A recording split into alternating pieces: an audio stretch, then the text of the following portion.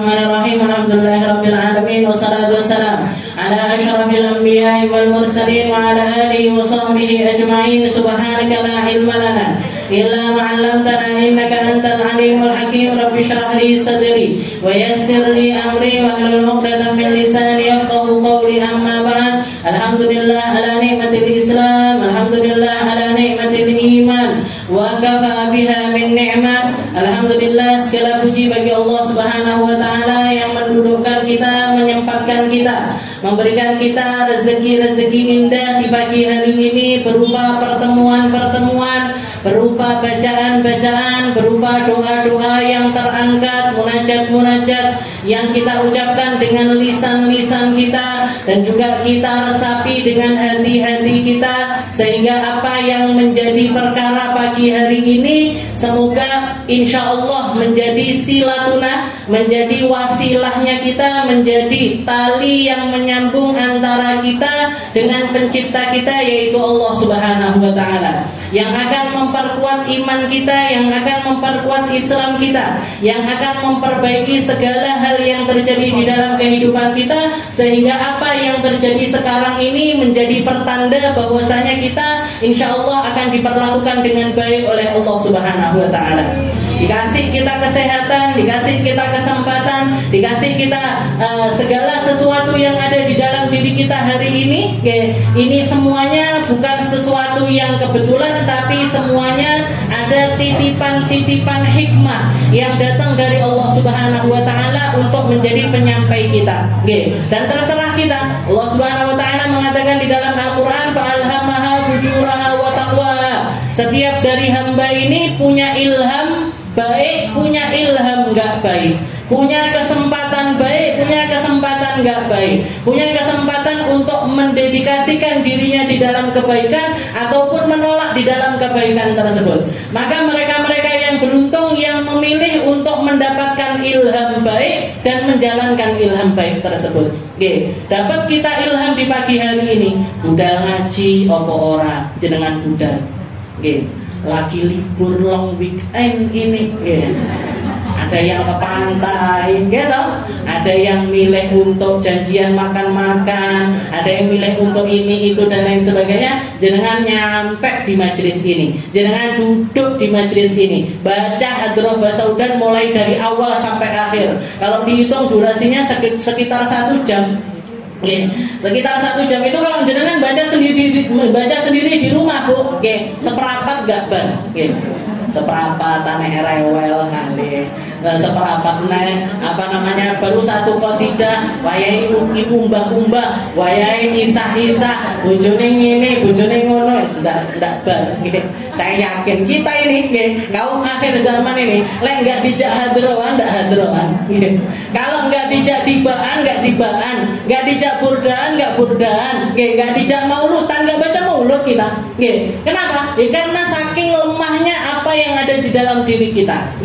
Tapi alhamdulillah Allah taala itu di setiap zaman, di setiap waktu ada wadah-wadah kebaikan untuk tetap menyenangkan hatinya Rasulullah SAW yang sesuai dengan zaman tersebut, yang sesuai dengan keadaan daerah tersebut, yang sesuai dengan kriteria orang-orang yang ada di zaman tersebut. Kita nggak kuat duduk lama, dijadikan sama Allah taala kamu akan kuat duduk lama kalau bareng-bareng.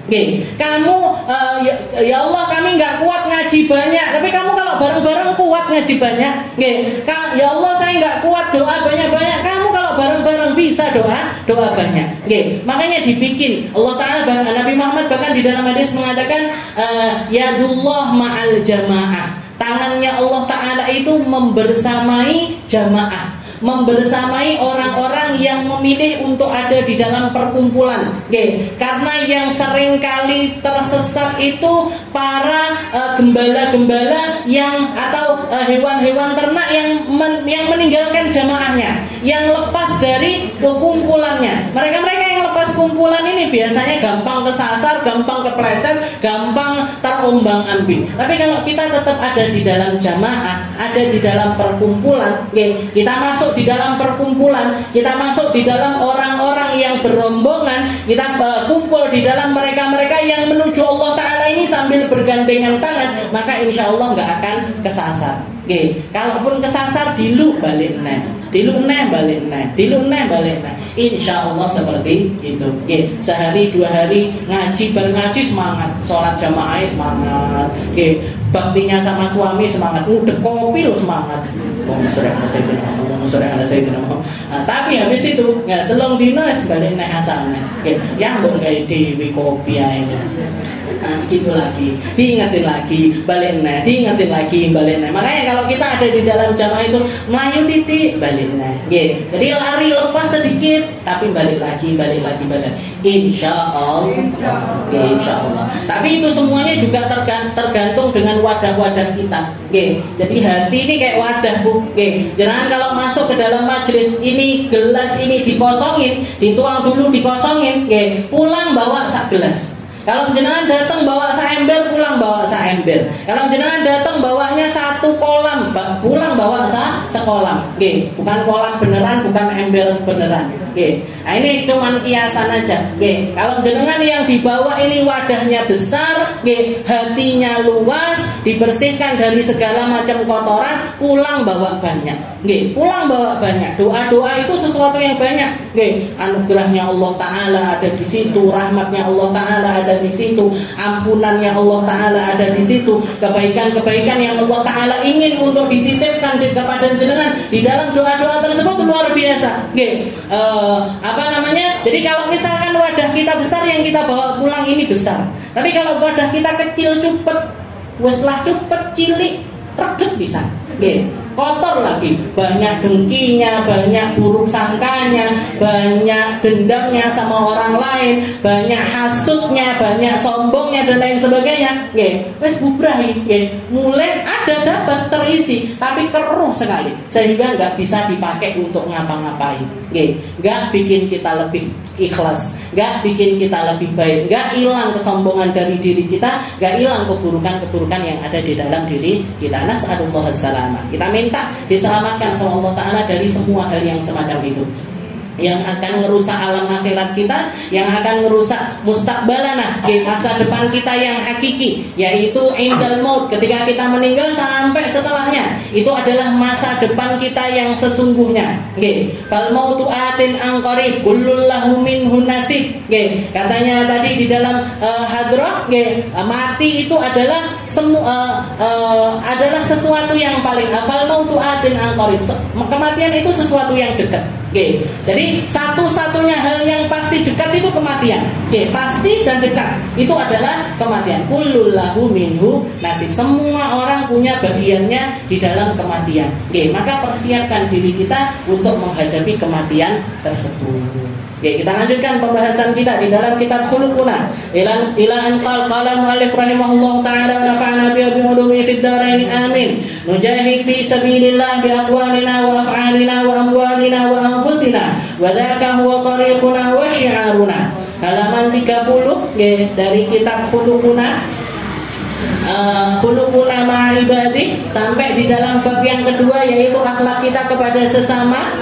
Apa yang harus kita lakukan kepada sesama di dalam kehidupan kita, atau aturan-aturan yang diaturkan sama Allah Subhanahu wa taala. Di situ Al-Habib Umar bin Hafid mengatakan mujahid fi sabilillah, kita berjihad di jalannya Allah Ta'ala, bi aqwalina, dengan lisan-lisan kita, wa af'alina, dengan perbuatan-perbuatan kita, wa amwalina, dengan harta kita, wa anfusina, dan juga dengan diri kita, wa dzaka huwa tariquna wa syi'aruna. Maka yang semacam itu adalah jalan kita untuk hidup serta syiar kita di dalam hidup.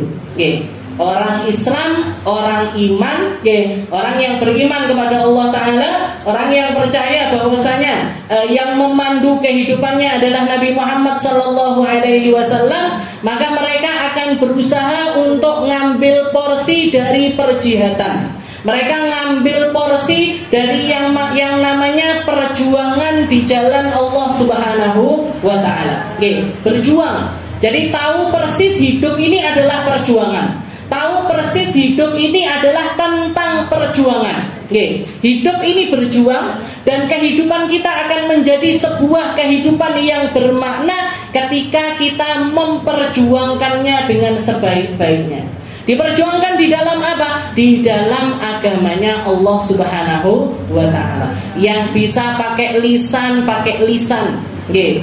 Dan para ulama mengatakan dakwah bil lisan huwa asasul jihad. Okay. Jadi dakwah pakai kata-kata, dakwah pakai lisan itu adalah pondasinya jihad. Okay. Pondasinya jihad itu ada di dalam dakwah bil lisan. Makanya kalau yang pertemuan yang lalu saya bilang, jenengan ketika ada di sini Bu, jenengan dikumpulkan di tempat ini, kita ada bersama-sama di dalam Majlis Khadijatul Kubra, itu adalah salah satu keran dari keran-keran dakwahnya Allah. Itu adalah salah satu keran dari perjihatan di jalannya Allah Subhanahu wa ta'ala. Waktu jenengan gak akan sia-sia, harta jenengan gak akan sia-sia, umur jenengan gak akan sia-sia. Yang kita ucapkan, yang kita perbuat, senyuman kita, nolehnya kita ke sana, nolehnya kita ke sini, disuruh pengurus tanda tangan, pengurusnya nanti ngasih kotak jajan dan lain sebagainya. Semua yang ada di tempat ini bukanlah sesuatu yang akan disia-siakan sama Allah Subhanahu wa ta'ala. Kenapa? Karena semuanya adalah bentuk perjuangannya kita menuju Allah. Bentuk perjuangannya kita di jalannya Allah Subhanahu wa ta'ala. Asasnya di mana? Pondasinya ada di dalam apa? Pondasinya ada di dalam dakwah bil lisan. Kenapa kok nggak disia-siakan perjuangan kita di sini? Nggak disia-siakan apa? Kenapa? Karena ada orang-orang yang berdakwah dengan lisan kita, dengan lisannya di tempat ini. Jadi dakwah bil lisan huwa asasud dakwah. Asasul jihad. Pertama kali Nabi Muhammad SAW dapat wahyu dari Allah Ta'ala, beliau diperintahkan untuk apa? Iqra. Iqra'hum, maksudnya Allah Ta'ala, wahai Muhammad, bacakan. Bacakan kalimat-kalimat dariku ini kepada orang. Sampaikan Muhammad, sampaikan kalimat-kalimat kebenaran ini kepada orang banyak. Wahai Muhammad, berjuanglah pertama kali kamu dengan lisan. Maka semua yang bersumber atau ngikuti atau menjalur kepada dakwah lisannya Nabi Muhammad SAW, semua hal yang mengikuti hal tersebut gak akan pernah disia-siakan sama Allah.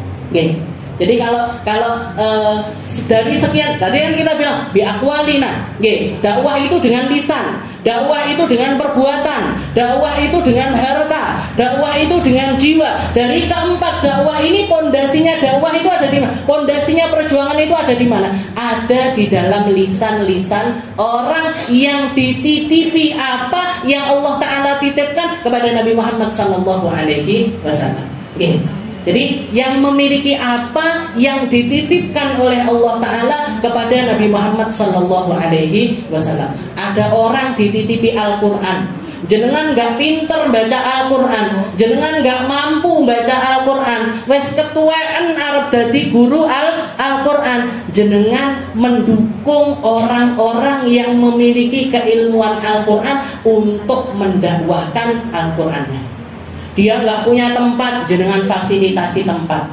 Dia nggak punya pekerjaan, jenengan fasilitasi. Bu, nggak usah bingung, ngajar aja di tempat ini. Nanti kebutuhan hidupnya jenengan saya yang nanggung. Saya yang nanggung misalkan. Atau kalaupun misalkan nggak bisa, nanti setiap bulan tak kasih beras sekian, atau tak kasih minyak sekian, tak kasih gula sekian. Berarti apa? Kita sedang membantu dakwahnya orang-orang yang lisannya ini dapat titipan seperti Allah Ta'ala titipkan kepada Nabi Muhammad SAW. Jadi orang punya Al-Quran, orang punya ilmunya Nabi, orang punya pemahamannya Nabi, orang punya akhlaknya Nabi, orang punya kesalehannya Nabi. Ini berarti mereka punya titipan seperti yang Allah Ta'ala titipkan kepada Rasulullah SAW. Jangan mendukung orang-orang yang semacam itu, maka nggak akan pernah ada yang sia-sia dari perjuangan kita. Itu yang namanya jihad. Jadi nujahid fi sabilillah. Hidup ini perjuangan. Orang-orang yang tidak menganggap hidup ini adalah tempatnya berjuang, maka hidupnya nggak akan bermakna. atau kurang di dalam makna kehidupannya. Kurang di dalam makna kehidupan mereka, karena nggak ngerti apa harusnya yang dia lakukan di dalam kehidupan dan siapa yang dia dukung di dalam kehidupan ini. Mujahid fi sabilillah. Jihad itu bukan, jadi orang gambarannya jihad itu kan biasanya perang, bawa senjata, bawa pedang, bawa ini itu dan lain sebagainya. Kalau apa yang ada di bayangannya Rasulullah Shallallahu Alaihi Wasallam itu berjihad. Rasulullah berjihad. Itu pikirannya Rasulullah ada di medan peperangan, pakai baju besi dan lain sebagainya. Padahal ketika ada salah satu sahabat nanya kepada Nabi, ya Rasul, ma afdolul jihad? Ya Rasul, jihad yang paling baik itu apa ya Rasul? Jihad yang paling baik itu apa ya Rasul? Maka Rasulullah mengatakan afdolul jihad, sebaik-baiknya jihad adalah kalimatul haq inda sultanil jahir. Adalah kalimat-kalimat kebenaran di hadapan raja-raja ataupun juga pemimpin-pemimpin yang dolim, pemimpin yang jahat. Pemimpin-pemimpin yang jahat. Jadi orang-orang yang punya tampuk kepemimpinan, ini orang-orang yang dekat sama mereka, yang ada di sekitarannya mereka. Ini kalau mau berjuang, kalau mau mendapatkan perjuangan yang paling tinggi pahalanya di sisi Allah Ta'ala, apa itu? Tetap jujur meskipun sekitarannya itu nggak ada yang jujur. Tetap nggak korupsi walaupun kantor korupsi kabeh misalkan. Yang terjadi di Indonesia kan kayak gitu. Dari mulai yang terkecil, mulai dari jabatan yang paling ringan aja, yang paling ringan aja. Bahkan sekarang itu sampai ada slogan, wong jujur mesti entek di pemerintahan. Orang yang jujur itu pasti nggak dikonconi, nggak dibolo, nggak akan dapat jatah apapun. Ini kenapa? Karena saking beratnya.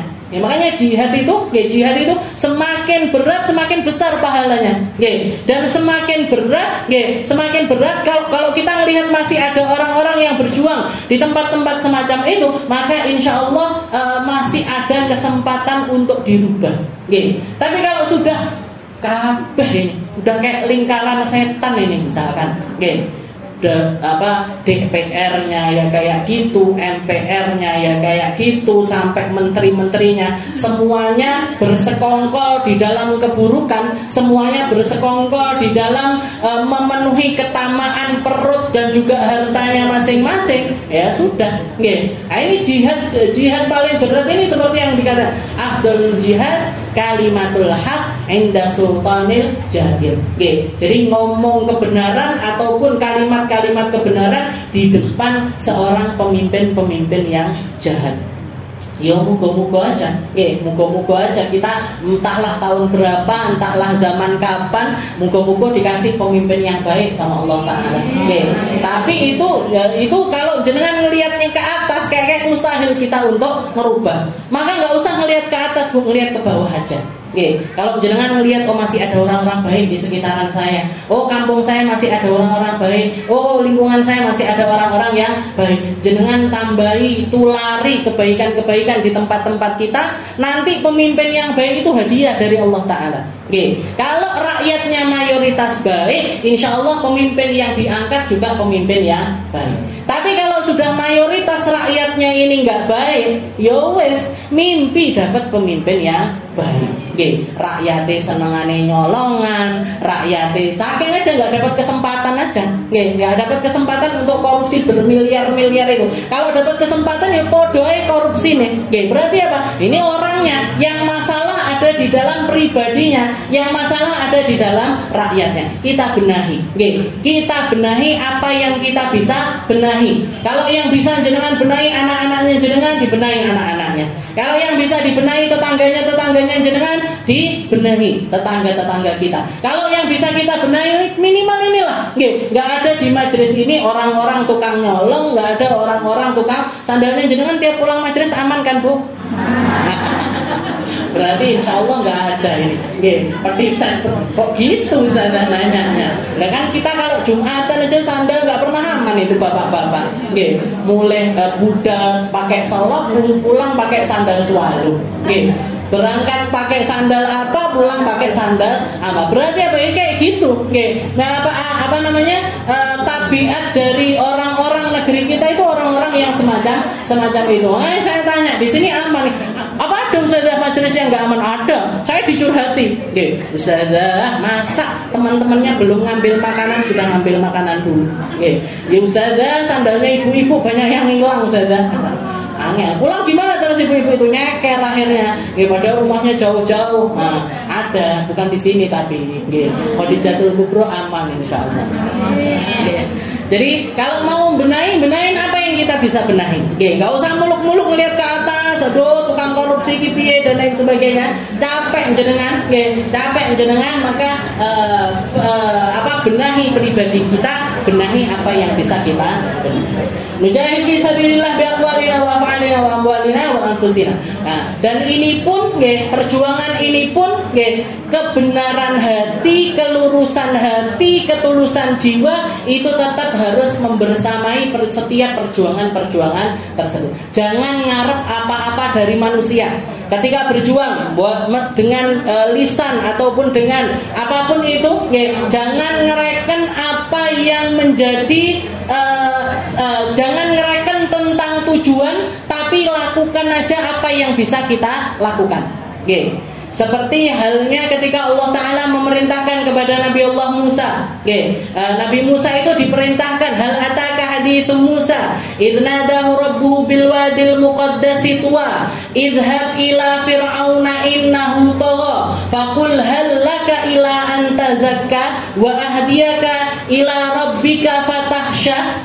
Katanya Allah Ta'ala, apakah kalian tahu kisahnya tentang Nabi Musa ketika Nabi Musa dapat perintah dari Allah Ta'ala untuk pergi memperjuangkan agamanya Allah. Disuruh kemana? Disuruh langsung ke jihad yang paling tinggi, yaitu mendatangi pemimpin negara untuk meluruskan akidahnya dia, untuk meluruskan keburukan-keburukan yang ada di dalam diri raja tersebut, untuk meluruskan apa yang salah di dalam dirinya. Dapat perintah dari Allah, idhab ila fir'aun innahu tagha, karena dia sudah sangat melampaui batas di dalam kepercayaannya. Fir'aun ini kan parah sekali. Bahkan di dalam kalimatnya dia mengatakan masih di ayat tersebut, kata-katanya Fir'aun ini dia mengatakan ana rabbukumul a'la. Saya ini adalah Tuhan kalian yang tertinggi.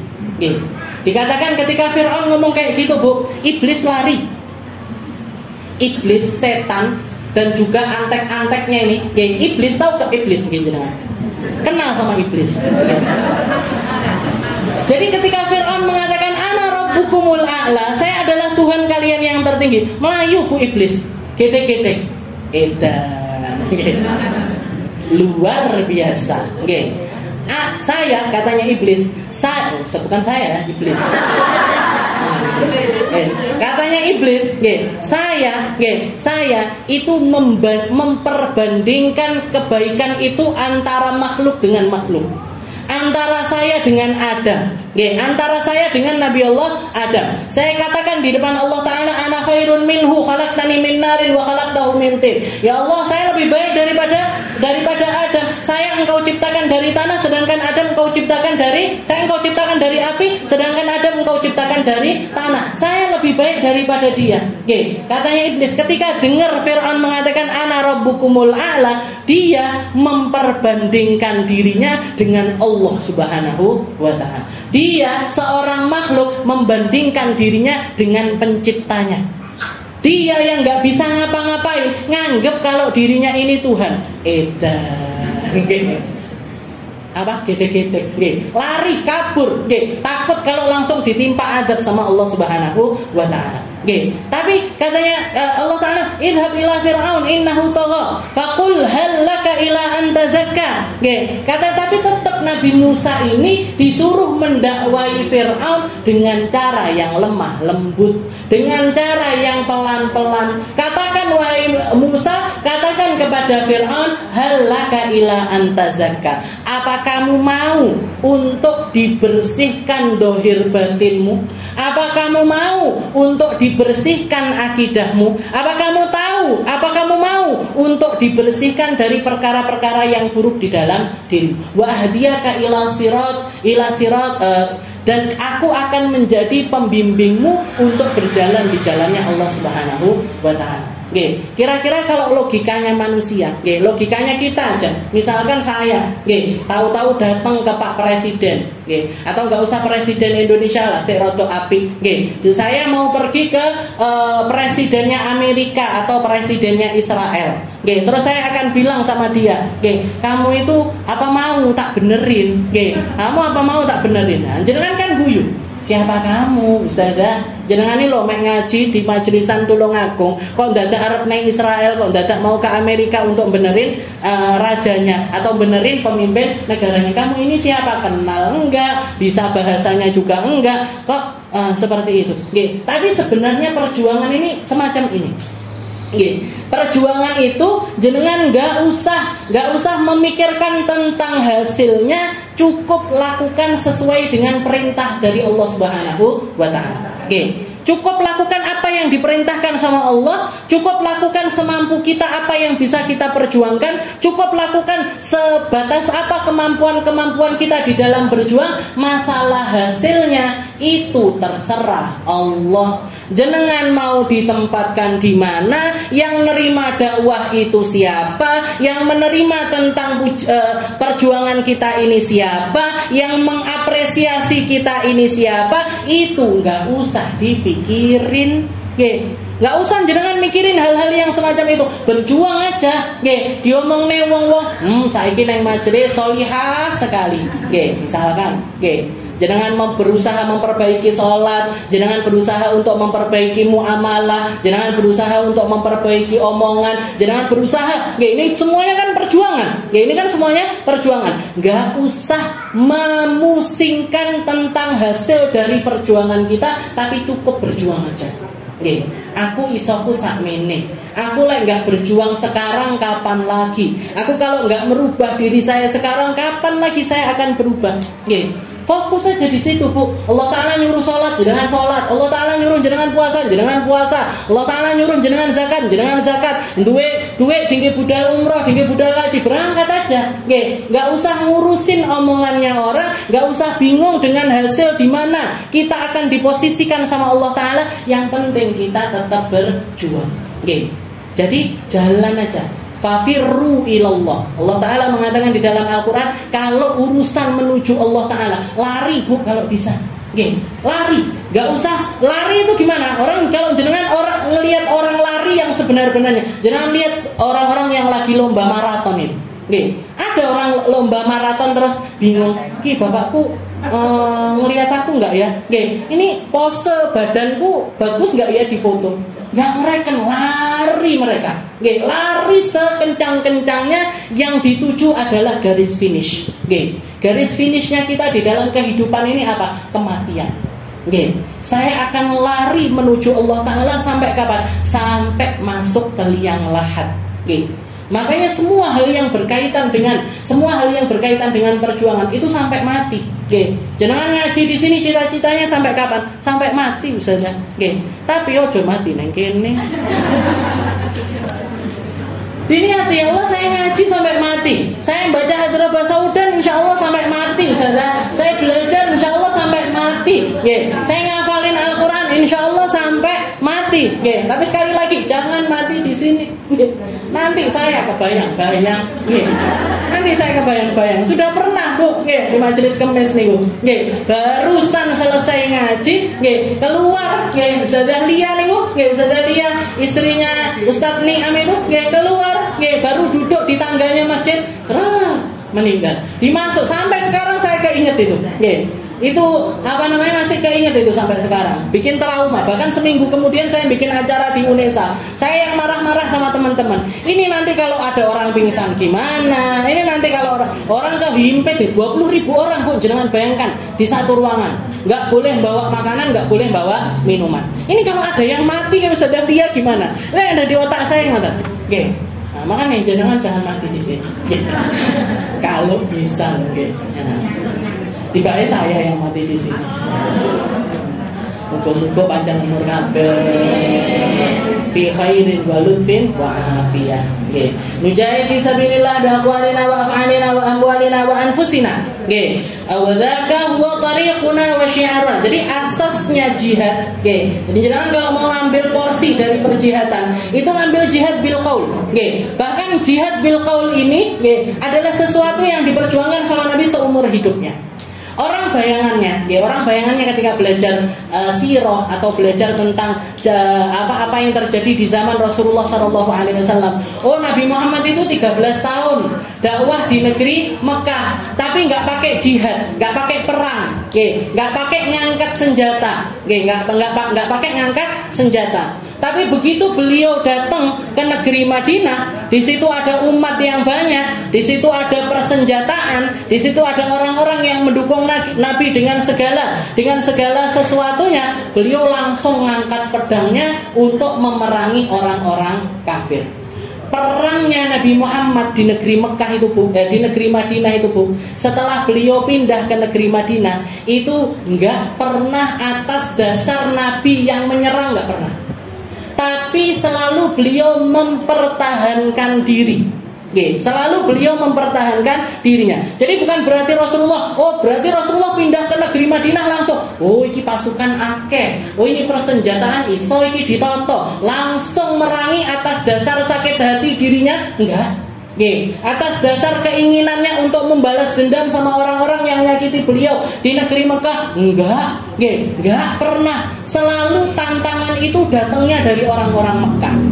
Selalu tantangan itu datangnya dari para kufar Quraisy, orang-orang kafir Quraisy. Rasulullah istilahnya kalau sekarang itu pertahanan diri. Beliau ngelawan, ngangkat senjatanya karena dasarnya apa? Dasarnya untuk mempertahankan nyawa-nyawa manusia yang sudah masuk ke dalam agamanya Allah Subhanahu wa ta'ala. Karena semua hal perjuangan itu, jihad, peperangannya Nabi, bukan tentang membunuh sebanyak orang, sebanyak mungkin manusia, bukan. Bahkan kalau bisa seminim mungkin korban, tapi yang dituju sama Nabi Muhammad adalah i'la'u kalimatillah. Gimana caranya biar sebanyak mungkin lisan manusia itu bisa mengucapkan kalimat la ilaha illallah.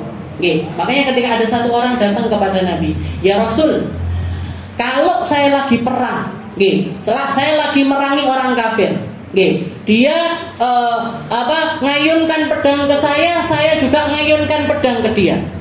Tahu-tahu tangan saya dipotong sama orang tersebut, ya Rasul. Tahu-tahu tangan saya, misalkan dia ngomong cerita sama Nabi, misalkan tangan saya sampai kepotong, ya Rasul. Terus habis itu saya kejar orang tersebut sampai di belakang pohon. Tahu-tahu ketika pedang saya sudah ada di lehernya, tahu-tahu dia mengucapkan la ilaha illallah. Apakah saya boleh terus nebas kepalanya, ya Rasul? Katanya Rasul, nggak boleh. Tangan saya dipotong loh, Rasul. Tangan saya sudah dipotong sama orang tersebut loh, ya Rasul. Nggak boleh. Tetap nggak boleh, katanya Nabi. Kalau kamu sampai bunuh orang yang sudah mengucapkan kalimat la ilaha illallah, maka kamu ada di tempatnya dia sebelum dia mengucapkan la ilaha illallah, dan dia ada di tempat kamu sebelum kamu menghunuskan pedang kepada dirinya. Berarti apa? Ini bahasa halusnya. Makanya Nabi Muhammad itu selalu pakai kalimat-kalimat paling halus, pakai kalimat-kalimat yang ekspresinya itu nyampe, apa yang ingin, pesan yang beliau inginkan itu nyampe, tapi enggak membuat orang ini tadi merasa langsung dikafir-kafirkan. Enggak langsung kamu jadi kafir lek bunuh orang itu. Enggak. Tapi Rasulullah mengatakan kamu ada di tempatnya dia sebelum dia mengucapkan la ilaha illallah, berarti apa? Kafir. Kamu ada di tempatnya dia sebelum dia mengucap la ilaha illallah, dan dia ada di tempat kamu sebelum kamu memotong kepalanya dia. Berarti apa? Dia mati dalam keadaan iman, kamu jadi orang kafir. Jadi nggak boleh. Ini perjuangannya Rasulullah itu seperti itu. Bahkan ketika anak dari anak kesayangannya Nabi melakukan hal yang semacam itu, dicecer sama dicecer sama Rasulullah biar dia itu sadar kalau yang dia lakukan ini adalah sebuah kesalahan. Nggih, Usamah bin Zaid. Nggih, Usamah bin Zaid itu nggih anaknya Zaid bin Harithah. Zaid bin Harithah ini anak angkatnya Nabi, nggih, bahkan julukannya Hibbun Nabi. Sedangkan Usamah ini julukannya Hibbin Nabi. Anak kecintaan, anaknya anak kecintaannya Rasulullah sallallahu alaihi wasallam. Nggih, ketika dia di medan peperangan diutus perang sama Nabi, ada orang pedangnya Usamah ini sudah di leher orang kafir tersebut. Tahu-tahu dia mengatakan la ilaha illallah. Tahu-tahu dia mengucapkan kalimat la ilaha illallah. Ini sama Usamah tetap ditebas, mati dia. Okay. Sampai kabarnya kepada Nabi, dipanggil Usamah, Rasulullah marah luar biasa. Setelah itu Rasulullah mengatakan, kaifa taqulu bila ilaha illallah idza jaa yaumul qiyamah. Kira-kira kamu nanti akan ngomong apa di depan Allah Ta'ala kalau kalimat la ilaha illallah yang keluar dari lisan orang ini akan mendatangi dirimu. Okay. Kalau dia mengatakan saya sudah terucap dari lisan orang ini, kok tetap kamu bunuh, kenapa? Okay. Katanya Usamah, dia cuma takut pedang ya Rasul. Okay. Katanya Rasul, asyaqaq taqalbah. Apa kamu belah dadanya orang tersebut dan sehingga kamu tahu persis kalau hatinya itu melakukan hal itu karena dia takut sama pedang. Okay. Istaghfirli ya Rasul. Kalau gitu mintakan ampun sama Allah Ta'ala tentang diri saya, tentang kesalahan saya ya Rasul. Rasulullah enggak mendoakan doa tersebut, bahkan pergi sambil mengatakan asyaqaqta kaifa taqulu bila ilaha illallah idza jaa. Terus diulang-ulang sama Rasulullah sallallahu alaihi wasallam. Katanya Usamah bin Zaid, wadidtu hari itu saya pengen jadi orang yang baru masuk Islam. Biar dosa, jadi kayak seakan-akan dosa itu hanya bisa gugur hanya dengan cara kalau orang itu baru masuk Islam. Karena dia sudah Islam dari lahir, berarti nggak ada harapan untuk diampuni sama Allah. Bahkan Rasulullah nggak mau mendoakan tentang hal tersebut. Jadi perangnya Nabi, kayak perang pertamanya Nabi perang Badar namanya, perang keduanya Nabi namanya perang Uhud. Perang ketiganya Nabi, dan ini adalah perang terakhir melawan orang-orang kafir Quraisy. Semuanya adalah bentuk penjagaannya Nabi tentang jiwa-jiwa muslim, tentang orang-orang muslim ataupun muslimah yang sudah ada di dalam agamanya Allah Ta'ala tapi diserang sama orang-orang kafir Quraisy. Nah, jadi perang Badar itu yang minta pertama orang kafir. Perang Uhud juga yang minta orang kafir. Perang Khandaq juga yang minta adalah orang-orang kafir. Jadi nggak pernah Rasulullah itu beristilah. Jadi nawa itu budal perang untuk bunuh orang itu nggak pernah. Selalu ada sebab, selalu mereka yang memulainya terlebih dahulu. Selalu orang-orang kafir yang memulai hal tersebut terlebih dahulu. Tapi kalau selama 23 tahun dakwahnya Rasulullah SAW, itu yang beliau pakai metodenya adalah metode lisan. Yang beliau gunakan adalah nasihat, pengingat, amar ma'ruf nahi mungkar, ngajakin orang untuk melakukan kebaikan. Setelah itu juga melarang orang untuk melakukan keburukan. Dakwahnya Nabi Muhammad sekitaran itu. Beliau hanya melakukan peperangan itu kalau memang urgent dan memang diharuskan untuk hal tersebut, dan beliau selalu melakukannya dengan fair. Fair itu apa? Nggak tiba-tiba nyerang, enggak kayak orang-orang yang mengaku jihad, ujuk-ujuk ngebom gereja, ujuk-ujuk ngebom tempat karaoke, tahu-tahu ngebom diskotik, itu matinya nggak mati syahid bu, mati sangit kabeh nih bu. Ini belajar jihadnya kurang aduh banget sih Jadi makanya baca Al-Quran kalau tentang bab jihad itu belajarnya harus panjang bu. Belajarnya harus panjang, nggak bisa. Wa qatilul musyrikina kaffah kama yuqatilunakum kaffah. Allah Ta'ala mengatakan perangi, bunuhi orang-orang kafir sebagaimana mereka membunuhi kamu secara terang-terangan. Berarti apa? Ini kalau orang membacanya pakai terjemahan, oh berarti awake dhewe dikongkon, pokoknya nek wong kafir dipateni. Nggih, tanggane sing kafir dipateni. Nggih, tanggane sing begini dipateni wong ae kerjaannya. Nggih, padahal tafsirannya para ulama kalimat itu enggak kayak gitu, Bu. Nggih, wa qatilul musyrikina kafah kama yuqatilunakum kafah. Perangi orang-orang yang memerangi kamu sebagaimana mereka memerangi kamu. Berarti apa? Mereka duluan yang merangi kamu, baru perangi mereka. Kalau mereka nggak merangi kamu, nggak usah diperangi, nggak usah dibunuhi. Kalau mereka nggak merangi kita, nggak usah diperlakukan semacam itu. Koncone awake dhewe cilik misalkan orang Nasrani atau orang